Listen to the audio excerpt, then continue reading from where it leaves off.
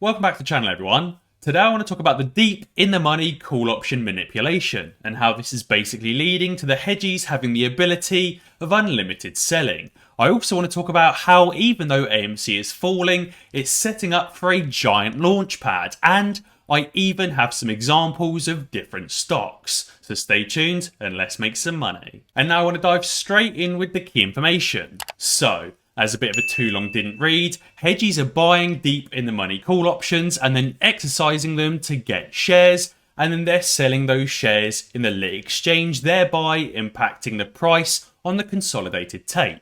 But because the hedgies are buying them when the delta is close to 1, they're paying quite a small premium, and these shares have already been bought some time ago, and therefore there's no real buying of shares happening right now, but all the selling pressure is happening. Basically, the hedgies are exercising these options and getting these shares from market makers who are basically borrowing them from Blackrock or Vanguard. Therefore, these shares aren't having to be bought on the open market and given to the hedge fund, they're just given from an already available supply. And because these shares are being acquired by way of exercising a call option, obviously that exercising of the call option doesn't go through as a purchase on the lit exchange, but those shares are being sold straight back onto the lit exchange, thereby dropping the AMC price. Moomoo are currently holding their biggest ever promotion. You can currently get 5 free stocks valued up to $3,500 each, just for signing up with Moomoo, opening your account, and making your first deposit. So I wanted to break down how you can get every single one of these shares. When you open your Moomoo account, you get your first free share, obviously valued up to $3,500. When you make any deposit, even if it's only a single dollar, you get your second free stock, also valued up to $3,500. But if you can deposit $2,000 or more, you get the final 3 remaining free stocks, also valued up to $3,500. So that's potentially up to $17,500 that you could get just for signing up with Moomoo, using the link in the description below, opening your account and making your first deposit. So now I wanted to go through this article by True Demon in a bit more detail. I've followed True Demon for quite some time and he had this to say. He starts with, "I'm breaking my silence to share a revelation. I believe I may have figured out what the market makers are doing with the deep in the money calls. They're buying and exercising them instantly when delta is close to 1. The premium and purchase of those shares at those levels means that market makers are guaranteeing acquisition of the shares in order to sell them into the market and dump on the price. But by exercising options, they do not cause any change in the price on the buy side because it's an executed contract. Meaning the purchase doesn't go through the exchange, but the sale does. Now that's not technically 100% accurate, because obviously when you exercise a call option, you're getting shares from somebody that already has them available. They've already purchased them in the market at some point in the future, or maybe they created some synthetic shares to give to the exerciser of that call option. So I guess technically if they are synthetic shares, then technically they were never actually purchased in the open market. They were just created with the sole purpose to give to the hedge fund that's exercising this call option. But then those shares that were given are very much sold on the lit exchange, thereby the sell order is impacting the price, but the option being exercised doesn't. This is the same situation with ISDA contracts. They're privately exchanged between two parties that agree to shake hands on providing shares through the selling of call options to be exercised almost precisely at cost. The short entity can then acquire these shares without buying, as they're just exercising a call option. But by not buying the shares direct from the market, the price does not move and the price does not go up. Ergo, they have a way to cover some of their short positions or to sell more shares and increase selling pressure. So by exercising the calls, they can report a net neutral position for the purpose of meeting FINRA and SEC reporting deadlines. So they're either using these shares that they're exercising from call options to meet FINRA and SEC deadlines, or they're then taking those shares and selling them back into the market, creating even more selling pressure, but with no buying pressure. Maybe they're even combining these situations when they've exercised those call options and then met the FINRA and SEC reporting deadlines. They then have a ton of shares that they don't want, so what do they do with them? They dump them on the open market. smashing the price on critical momentum and crushing large quantities of options that are nearly expiring in the money. And when the stocks swing upwards, the short hedge funds are selling any of their covered or naked calls, buying out the money calls and letting it ride, making profit on the out the money calls. All of these stocks mentioned above, ATA, AMC, GameStop, Smile Direct Club and many others, are all following the same pattern. They're all following that same wedge pattern. The trick is spotting their massive deep in the money purchases. When they do this, it's a sign they're preparing to meet reporting deadlines and then dump the long positions to hurt retail investors. It's a dirty but legal loophole that they're using so they don't have to buy shares and create real buying pressure, because someone's partnering with them to ensure they get the calls they need. And whichever market maker is partnering with them is either creating synthetic shares to fulfill their call options or is borrowing these shares from the likes of Blackrock and Vanguard. And also potentially they also end up warning their counterparties to buy puts and sell at the money calls before they dump those shares into the market. So they're effectively all helping each other. It's collusion at its finest, and the fact that so many participants with billions of dollars of money are willing to do it is everything that's wrong with the economy. Not only the US economy, but the worldwide economy as well. And the biggest problem is that there's no oversight or paper trail of these massive private trades that take place off exchange through the ISDA contract. But if we find who sold the in the money calls, we'll find who the colluding parties are, find who they sold to, and you'll find the naked shorts. He does caveat though by saying everything I've said is all speculation, of course, but it is reflected in the behaviour of the options market. Anyone with insight into ISDA trades and the ability to find transaction records are the only people who could possibly find this out, but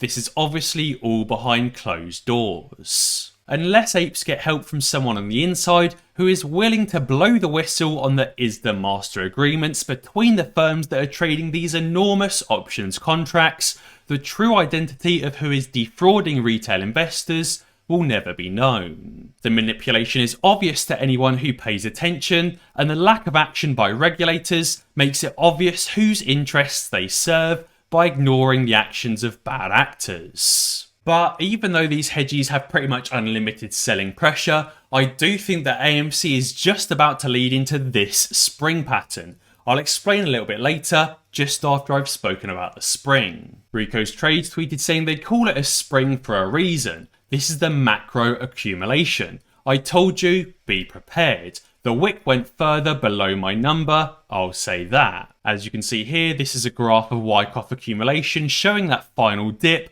before the rip phase. Now you might say, Tom, how is AMC going to rip when these hedges have pretty much unlimited selling pressure and the market has been trending downwards over the last few days? Not only just the market for AMC, but the wider market as a whole. The entire S&P 500 is having a terrible day today, just like it had yesterday, and AMC is faring even worse. As I said in my video the other day, many of these hedge funds that are shorting AMC are long on the wider market in a very big way. They're long on Tesla, they're long on the S&P 500, they're long on Facebook, Microsoft, Amazon, Google, and many other stocks, and they're shorting AMC. We've got some larger institutions like Blackrock and Vanguard that are long on AMC, but have been reshuffling their portfolio and selling off some AMC to top up some of their other blue chip stocks that are down on the week. So we've got big institutions like Blackrock and Vanguard selling AMC, and we've got other short hedge funds continuing to short AMC with pretty much an unlimited selling supply.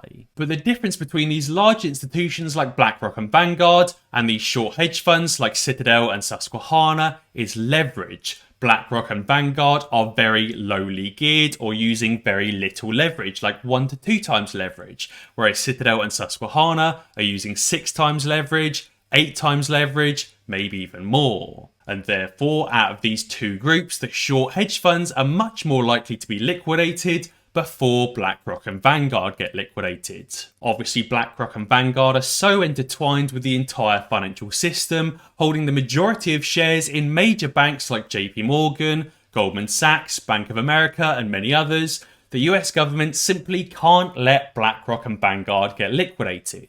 But some of these hedge funds like Citadel and Susquehanna absolutely can be liquidated.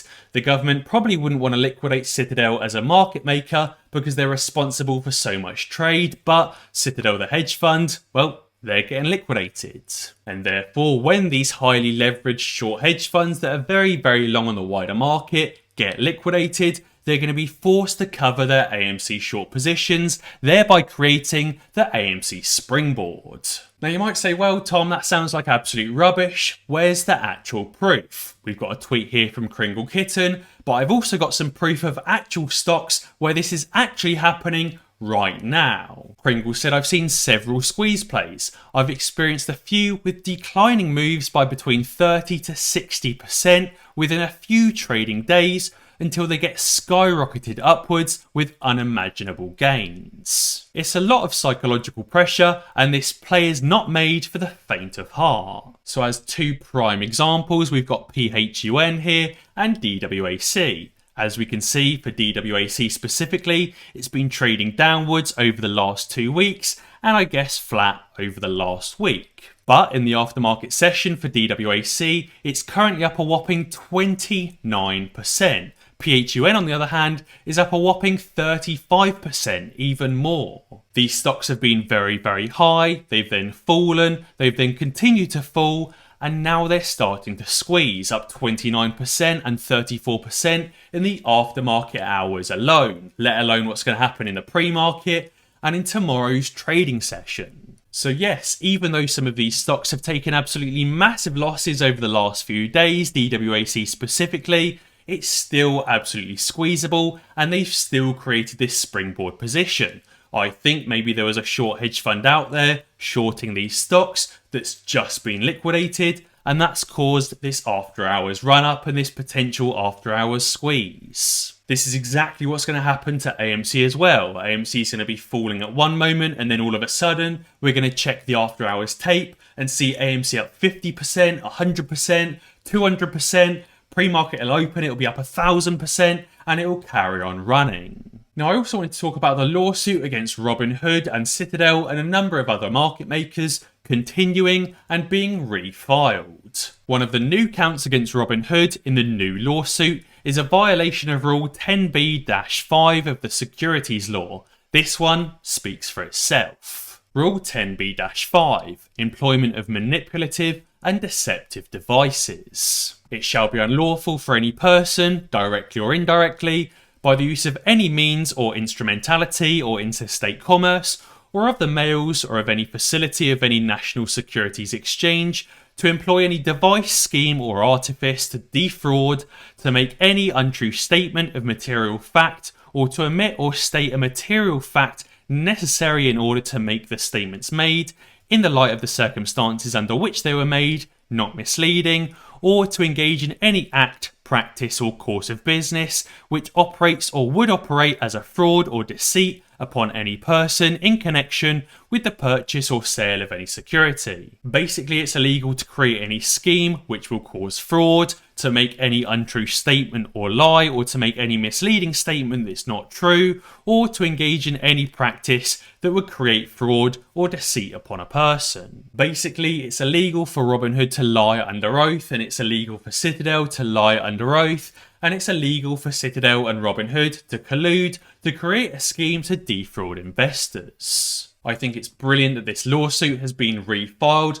hopefully this time under a new judge that doesn't just dismiss the case under a massive conflict of interest. And finally, I don't think you understand how insane it is that we have Ken Griffin stressed out. Ken Griffin is a billionaire. Yes, he's stolen a lot of money, but he also has a super high tolerance for losing, and we have him stressed out, publicly lying, and addressing us personally on his Twitter feeds. This is huge. He's actually going through it because he knows it's over. He isn't dealing with it well. It shows in his face in every single interview that he appears on. Ken Griffin is losing for once, and he knows it, and he is not happy. Think about this. He's held his composure in some of the most intimidating rooms and situations in life, and what's possible in the world. The fact that he's losing it, which you can see in his eyes and his body language, means we have won or we will win. Ken Griffin is getting so desperate that he's tweeting about us, he's trying to dismiss lawsuits using massive conflicts of interest,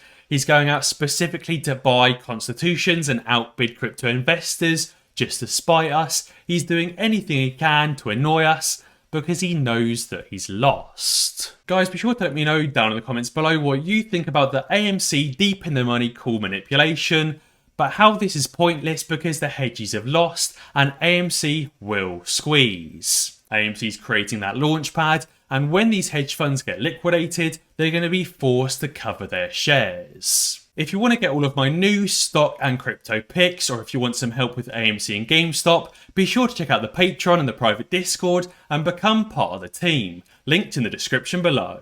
And as always guys, if you enjoyed this video, be sure to check out some of my others. Alternatively, subscribe to the channel and ding that notification bell, because that way you'll be alerted when I upload a new video.